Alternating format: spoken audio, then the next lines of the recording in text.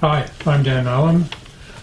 I'm pleased to have been invited here to ask Paul Kiriaku some questions. I'm here at the home of Paul and Liz Kiriaku. Paul has graciously invited me here to share some memories with him. And I'm going to ask Paul first, two questions really. Why the two names? And then perhaps you can tell us what was your life like as a young boy? Okay, first, I was born in the village Banitsavevi, and the reason we have two names, the Greek government, because we have a Slavish name, they changed it to a Greek. That's the reason we have two names. Okay. And growing up as a boy in Banitsa, what do you remember and what can you tell us about your life and your experience there? As a very young boy, when I was born, I grew up in a civil war back home, and life wasn't good. I was born in middle-class agriculture family.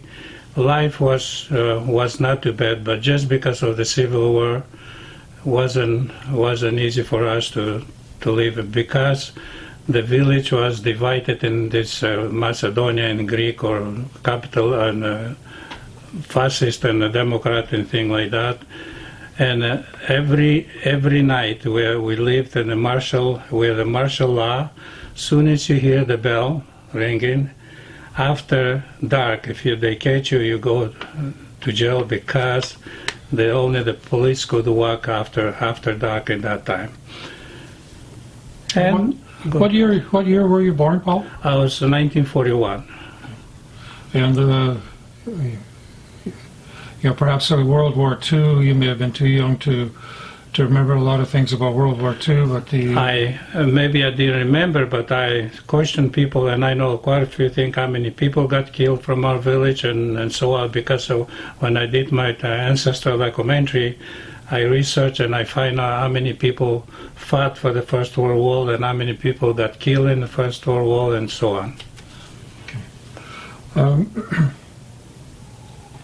What did you learn from your grandparents and your parents, and what was your family like? My family, almost like any man in the household back home. The man is the ruler. The wife is just go to work and don't talk, if I can put it this way. So all my life, I had it in my the father says, how can I love you? If you're my son, I love you, but he never hear from their mouth to say, I love you. And I never hear many other people to do. And since you come to this one, after 60 years, I was holding that to me. My father was in the hospital sick. I spent 3 hours with him. And I said, Dad, why you treating me like that, He says, you know how proud of you. I said, why didn't you tell me once? I was a hairdresser, one on the top. I was a soccer player. Back home, I won the trophy as a thing like that. And he said to me, what do you expect from an uneducated person? I'm sorry, came out of my thing, yeah. And in 3 hours he passed away. Yeah. But I did not know how can a father not love you or like you, but somehow they don't say that word. It says, I love you. Yeah, it was not something that they would express. They would express, yes. Yeah. Would you like to show us the pictures of your family? And this is my entire family back home. My 4 brothers, my grandfather, my father, my mom, and my brother, which has passed away not too long ago, my brother and his wife. And actually How many people lived in the same house? We're 9 people. Before one original was about 17 people, because after the Civil War, some of them then went with the partisan and so on. And here's my 4 brothers.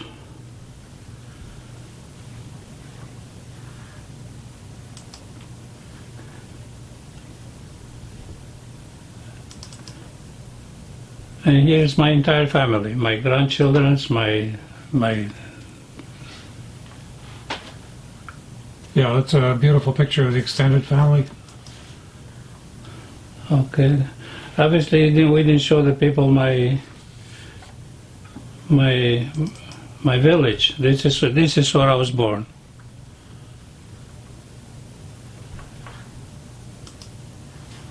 And of course, I have a shot of my house where I was born right there. Is there anybody still living there? Half of them, my niece, she renovated because no toilet, no electricity, but half of them it's done. That's where we stay when you go back home. Oh, okay. But the rest is empty. Actually, that's where I was born, right there. Okay, what else can you tell us about your experiences in school in Banitsa? Well, the school, to be honest, I wasn't good in school, but again, nobody to help me at home.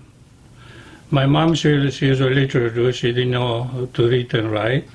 And my father, she knew to read, but somehow I never remember like my father to bring me a pencil or a sheet of thing like that or something to help me. And again, this is, that's the reason I didn't, I'll tell you a story about the school thing like that.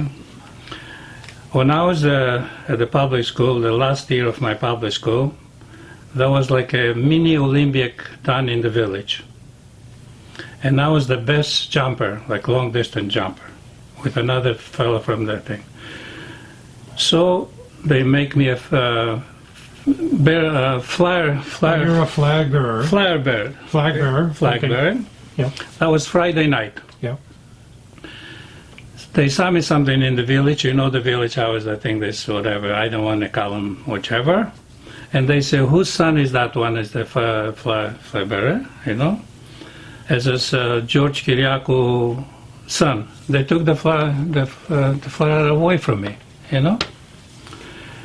So on Saturday we making one more practice, and I jump purposely less than I used to jump the previous day, because Sunday is like the Olympics. And the teacher come to me, he says, Kiriaku, come over here.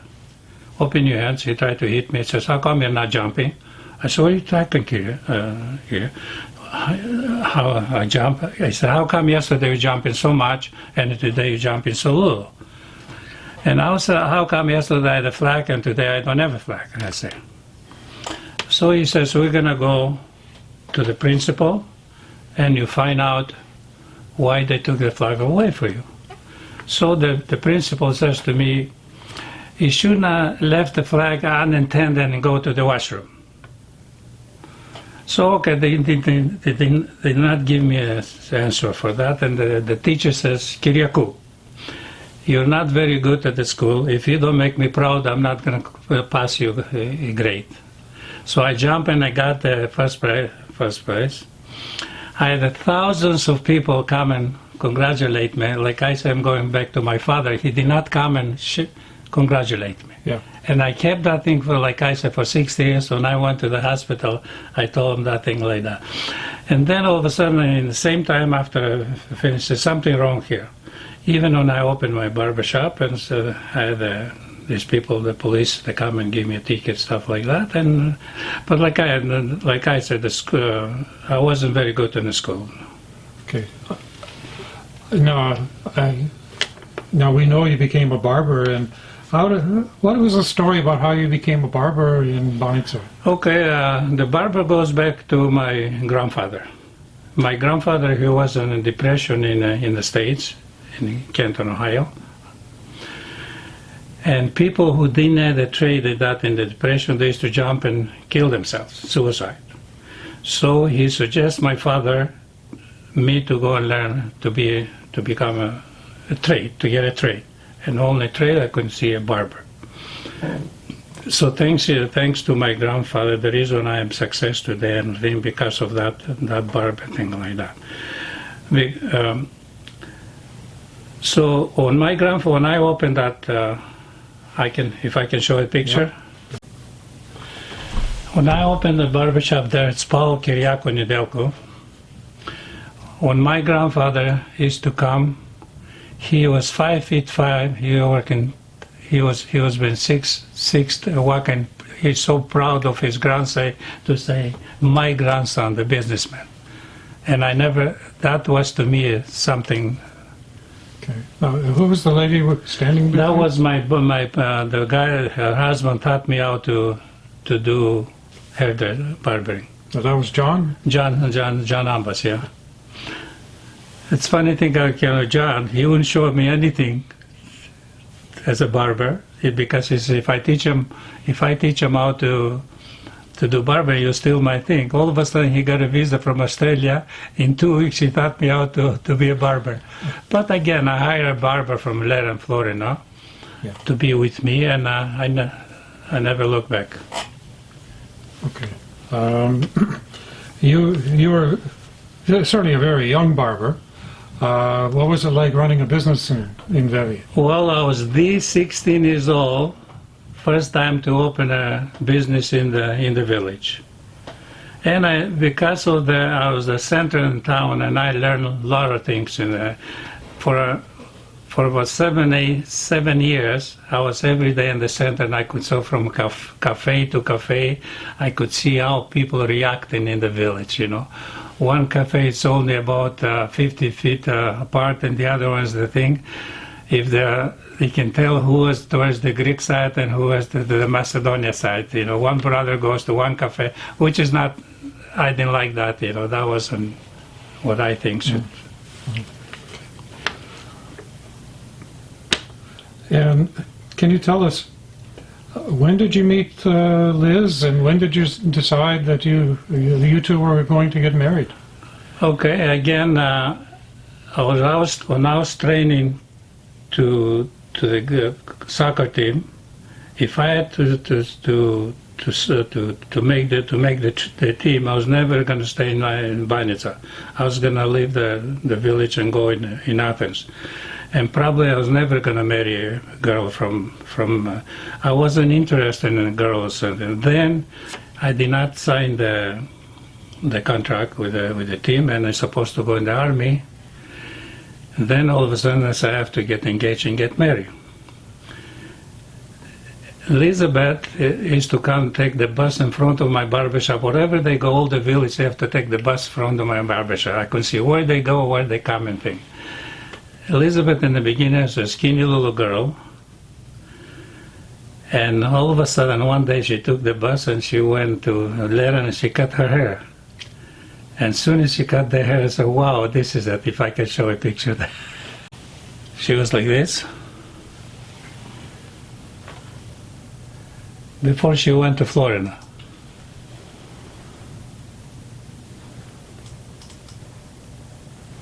And she came to that and said, wow, this is it. So then we got engaged. Of course, as soon as we got engaged, and 7 months after, she immigrated here to Canada. And I supposed to go in the army. But somehow, with some connection, I managed under the table, and I came. And the Canadian government says to us, if you don't get married in 3 months, we're going to deport you. So we went again, we got married in the civil marriage, then we had a religion after 3 months, and we never looked back. And your first job in Canada was at a barber shop, was it? Well, my first job actually, that goes together with what is the best thing happened to my, in my marriage life. When my first daughter was born, they were advertising in a Westbury hotel for 3 months for a barber, And after I left Elizabeth in the hospital, our first child was born, which is we used to live with your parents at that time. I went and looked for that job. In 1 day, I had a child, I bought a house, and I found a job. And if I can go in the Westbury Hotel, I had my best time of my life in those 10 years, because I had to do with high-class people, all kind of politicians, hockey players, and so on. And so. Yeah, I mean, there was certainly a very important part of your life with a new job, interesting job, a new family, a new house, a new country. That's true. Then probably if you go, so how I become to be a hairstylist. Yeah, please tell us, Okay. how did you get into that aspect of business? Hairstylist, after I left Westbury Hotel, we opened two different hair salons, one in Scarborough, one in Unionville. After I built my place in Unionville, and happens my 25th anniversary, which is me and my wife, we went to Australia. Two of the girls, which is I purchased it, they went and took half of my business and opened a shop down the street. And I was gonna get crazy, how can I improve my business? But I saw this imaging, computer imaging, one of the, could not click me. And here again, I go to the grandfather in my dream. My grandfather says that imaging. He never saw imaging in his life. I get up in the morning. We used to live in Unionville. I bought a house, I bought a car. I didn't have a penny in the bank. And then I needed $8,000 to buy the hardware and everything, the software. So I went to the bank manager and I said, I need $8,000. He says, I'm sorry, Paul, but I cannot do that. Okay, as I'm going out, his secretary is my client, Macedonian girl. He said, Paul is an honest man. Macedonia, they don't show much, everything like that. So he gave me the money. I purchased that software. In 24 hours, not the best, but the most popular hairdresser in Canada. All the media came after me. Toronto Sun, CTV, England. And then the company hired me to go in Helsinki to fight for the rights for the software. I won and I won the first place for them. They give me another free of charge. And then I took a week when I won in Helsinki, Finland. I went through Russia and everything. So this is everything came by luck. My grandfather told me that image. If I can show some picture of Yes, that. please, yes. Sec. This is the first thing with Toronto Sun, 1988, I think is there, and it says imagination. She put it like that. In the meantime, when they put it in the paper, I was in Helsinki, and we left a telephone with Elizabeth in the Scarborough. Thousands of people that got calling things. Then as soon as I come back, okay, we have another one. This is what I did in the fashion of the.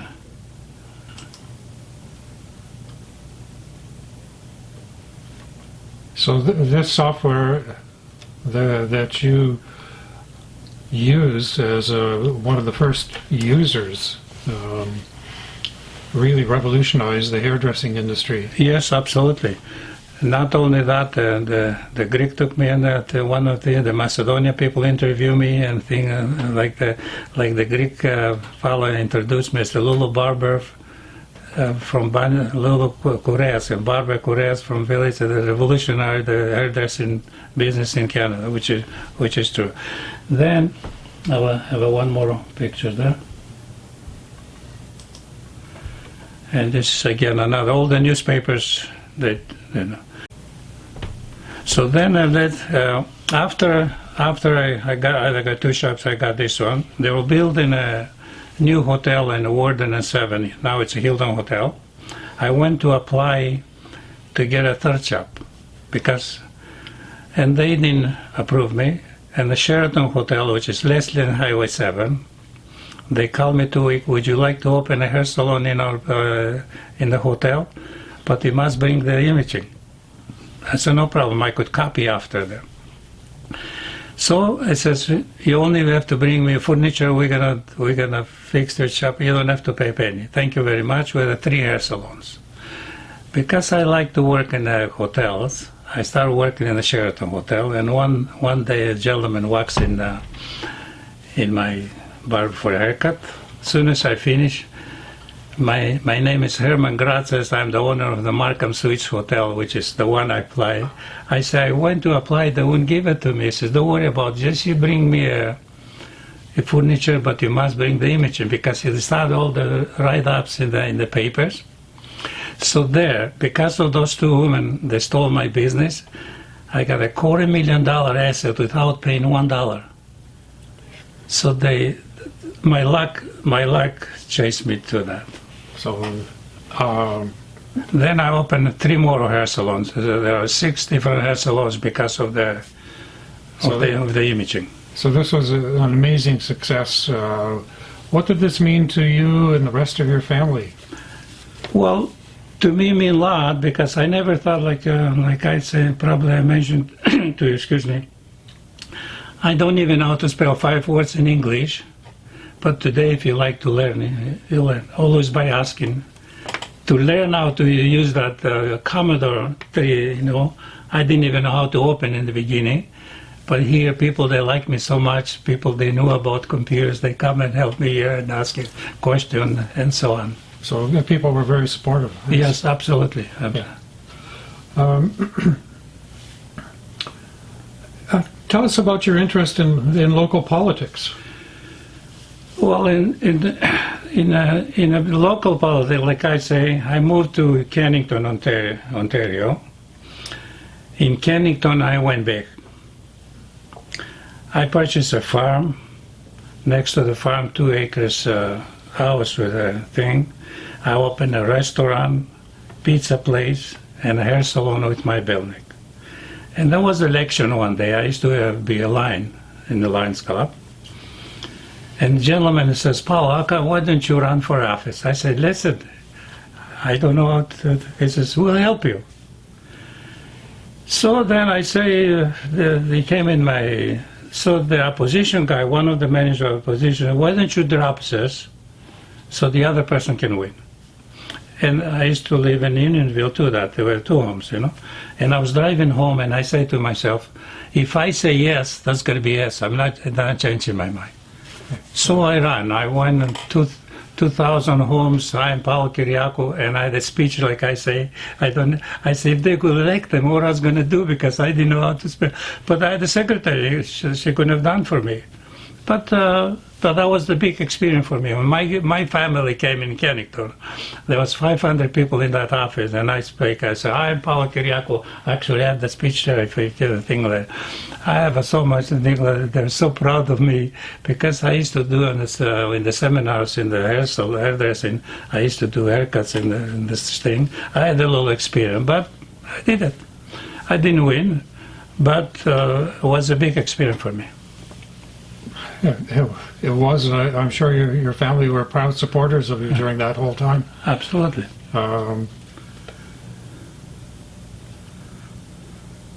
What was it like raising 3 children? Raising 3 children. When my first child was born, that was a hippie time, That was a little hard time.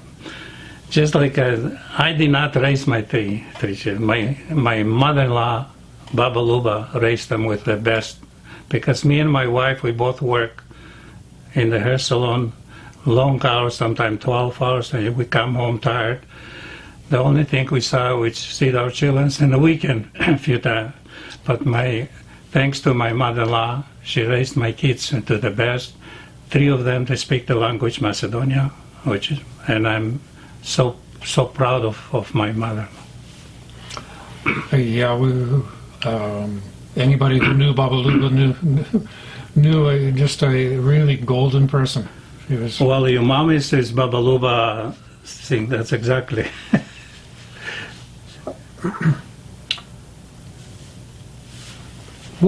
I have some questions. Really, just going back into areas about Banitsa and Vevi.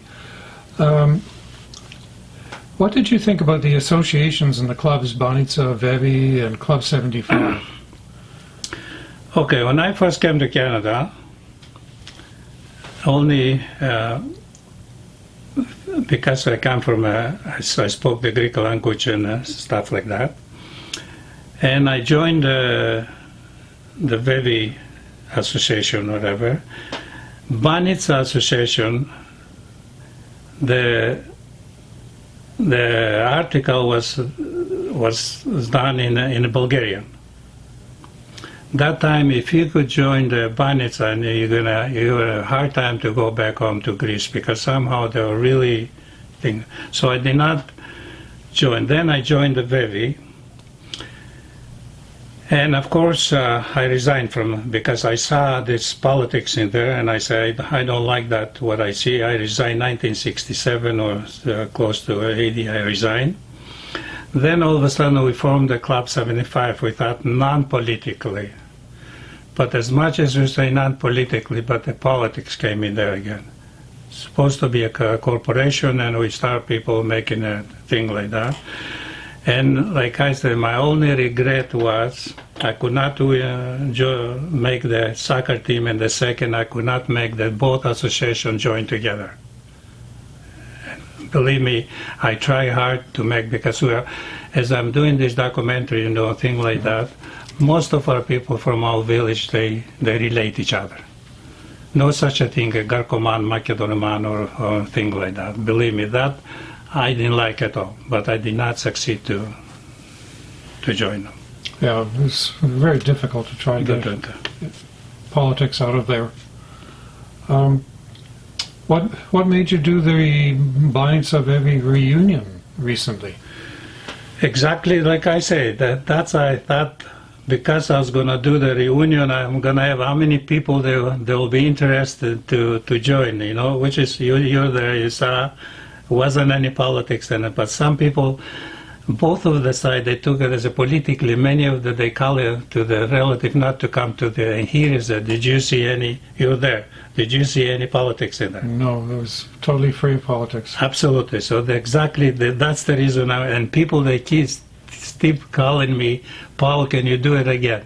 No, I don't want to do it again. But that was I did it single-handed.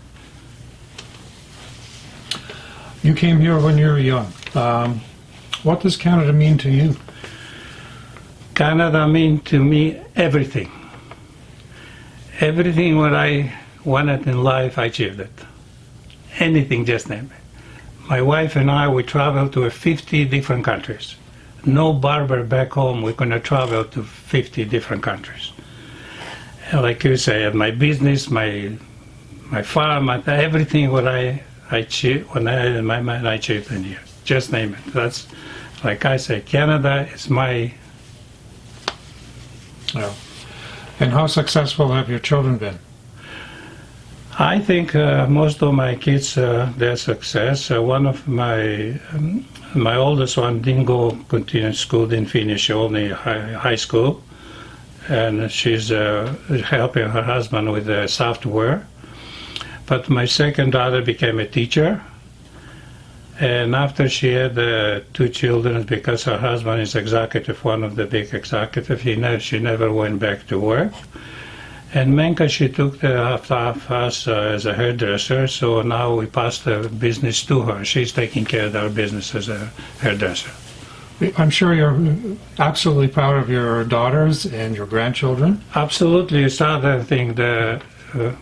Not only I'm sorry because my son-in-laws, they liked each other just like brothers.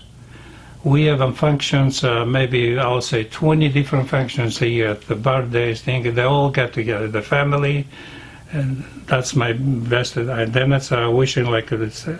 They say from 3 marriages, 1 could be split, and here must be the luckiest man, my daughter is still married. And I have 8 grandchildren, and what do you like to tell your grandchildren?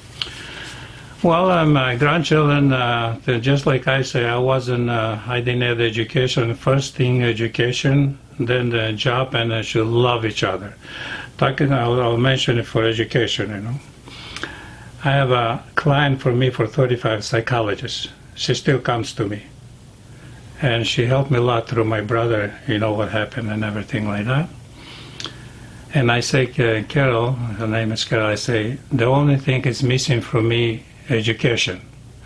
He says, Paul, you have a university street education. And believe me, I learned so much. Like I said, we're doing this document, what I'm doing this documentary For the last 5 years, I go to the library of the thing, and they taught me everything what I know about the computers. Yeah. What brings you joy now? I know you were talking about your documentary, and maybe you can talk about that and tell us about your social networking experience right now, and how you get your message out to everybody on the internet. Well, again, because all of a sudden, no other person have done it when I'm doing it. To go for the last 3 years, I'm taking recorded. I go to a funeral and say, "Where's your grandfather? Where's your grandma? Where you?" Thing like that. And what I did, I think I have 4,000 hits in the thing like that. And all of a sudden, many people they won't come first. They thought I'm doing political. So they saw I'm not doing politics. They respond about 40 different families. So that's why I'm redoing it now, so I can think. And this is going to be forever. Like just like I said, the whole entire village relate each other. If you can, like for example, your grandfather has 7 siblings, or 8, correct? 7 total. Yeah. 7. If those 7, imagine how many people they made, just one family. And there are so many others, there were 7 already because the kids are like a 7, 8 thing like that. If I search 6, 7 generations, sometimes I search back. Okay. And that's my... How would people find this on the internet? Where would they go and look? Well, they go under Paul Kiriaku with the KU, because the reason I didn't say KOU, I had the corporation, my corporation with the KU, Paul Kiriaku, Kiriaku, and they'll find me. I have 7 different videos there. All my life is there. Okay. I have a couple of more questions left. How would you like to be remembered? I like to be remembered as a kind man. I love my people. And I sponsor, as a person from back home, two families for 50 years. So I always like to help people, and that's the kind of person I am. Is there anything else you want to show us in terms of pictures? I like to tell a story about one of my uncles during the war. He went up in Poland. He fathered a son. And one day in 1975, the Red Cross of Poland this son was looking for his father, and the letter came to me because of the same last name. So I called my uncle and I said, "What's this?" So then I communicated to that fellow for 25 years. I sent him money and things like that. About 5-6 years ago, I went and met him in Austria. What was his name? What's his name? Bogdan. That's the one. After so many, that was the little baby who was with my uncle. But my uncle came here to his family. He left him behind. He did not met. He was looking for his father. So I went in Austria and I met myself with him. He came from Poland and we went from here to Austria. Do you have any other pictures of? Well, as a refugee. Yes. 1947. I was 7 years old. I was sitting in those. I was there. My uncle was doing the speech from there, and we were about 1,000 refugees there from all over the villages from the Lerinsko, and that's all. People who didn't have their relatives, they passed the border like Mongooses, Dani, and stuff like that. They passed the border in Albania. They dispersed them all over the Russian, Germany, or Czechoslovakia, and so on. And we were the lucky one because my uncle Nietzsche, he returned us back, and otherwise God knows where could have went up. That was very terrible that time there. And like I said, my grandfather and my father, they spent so much time in the in the concentration camp in Macroni, so they call them that thing. Let me see. I went 4 times in there. I cry now, and this year I'm going to go back again for the last time. And they modified, that's where the Neveska. Neveska, I don't know if people, they don't know, because you know the song when they doing that Kambani thing, this is for that story. That's when people went over there. The Kambani, the bells. The bells, yeah. Yeah. And actually here is when I ran for office. That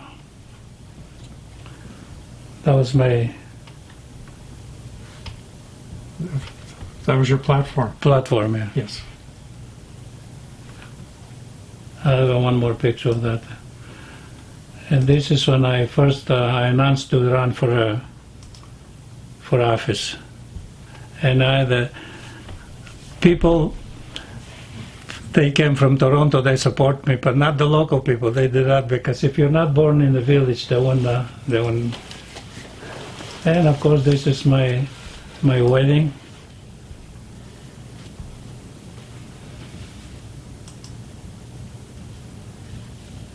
And this is when my wife was immigrating to Canada. I stayed behind, and all the people that time, they thought they're never going to see each other. They come and say goodbye to you and things like that. Should I go one more? Yes. Oh, this is actually, this is my gram. This is my role model to me. And what was his name? Lipe, Philip. And this is my school. That's where I went to school. I want to ask you again about life during the Civil War and your experience about bunkers and. This is okay. This is my. That's the youngest that picture survived from me. That's I was the youngest right there. This is my class. So this is sometime in public school. Public school, yeah. Well, I guess that's all. Then this is one of my, when we got married with Elizabeth.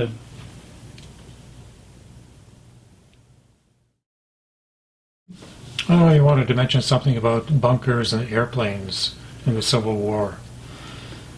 Yes, in the Civil War, because of the village was divided, when the partisans used to go in the village, and because of the divide where the Greek army, the police was there, they used to throw bombarding for the partisans, but they didn't know where that artillery is going to fall down.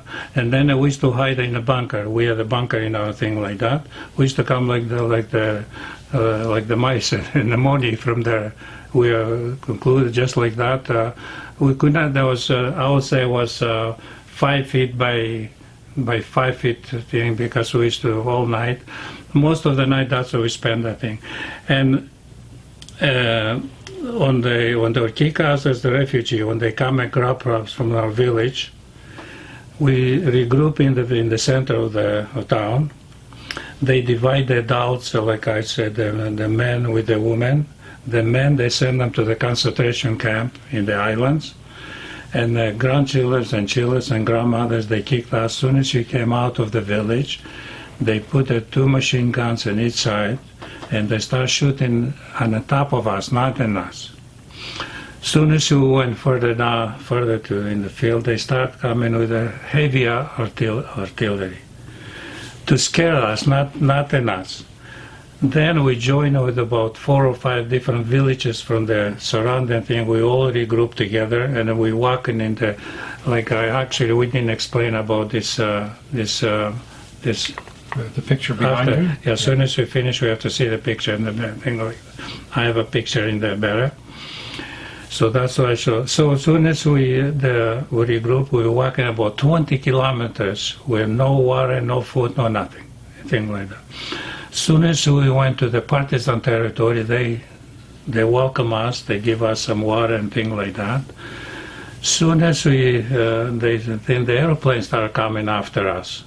Not on us, but they thought the partisans, they're going to come and welcome so they can kill them. They go after them, I should say. But then we hide on the bush because lots of heavy bush from Negovan up to Neveska. Soon as the airplanes got, then our destination was Neveska. Then my uncle actually took care of my family because he was the head of the partisan. We stayed there more about 4 or 5 days. Like I said, most of the people they passed, they went to the Albania border, and as we came back, after we came back, life was a little better for me. Like I say, as a 14 years old, I always had the money in my pocket. I was learning how to do it. I was like a messenger in the village. Okay. And go and buy my newspaper, the priest, the mayor, then I had to do all that, and the police, and because we had the army in the village and so on. Paul, I know this is a very important picture for you. Can you explain what's going on in the picture? Well, this picture always, I met this artist, a Macedonian guy, and I said to him, I want you to do a picture for me. And I explained the story, how we used to go, like I was telling you, in the mountains and the rivers and so on. And when he did it for me, and this is, I have it here, like every morning when I found, this is to me, like that's it. If only that picture can talk. If only that picture can talk. This is exactly what happened. That's where they passing the rivers. Some people, they didn't have shoes on there, some girls, because when they grabbed us from their homes, whatever we could grab, I've seen a few girls, they didn't have shoes, they were bare feet, walking and as they're walking in the river, they lost the shoes, and I told them how the mountains almost identical how and this is what's all about this. So these are people fleeing exactly like the mothers. My brother was 4 years old, and I used to carry him in my back. I have most of the time because he was 4 years old, and I was and again, it could not have been better as I was describing this guy to do this painting for me. Is there anything else that you wanted to add? Well, I want to say a few words in Macedonia.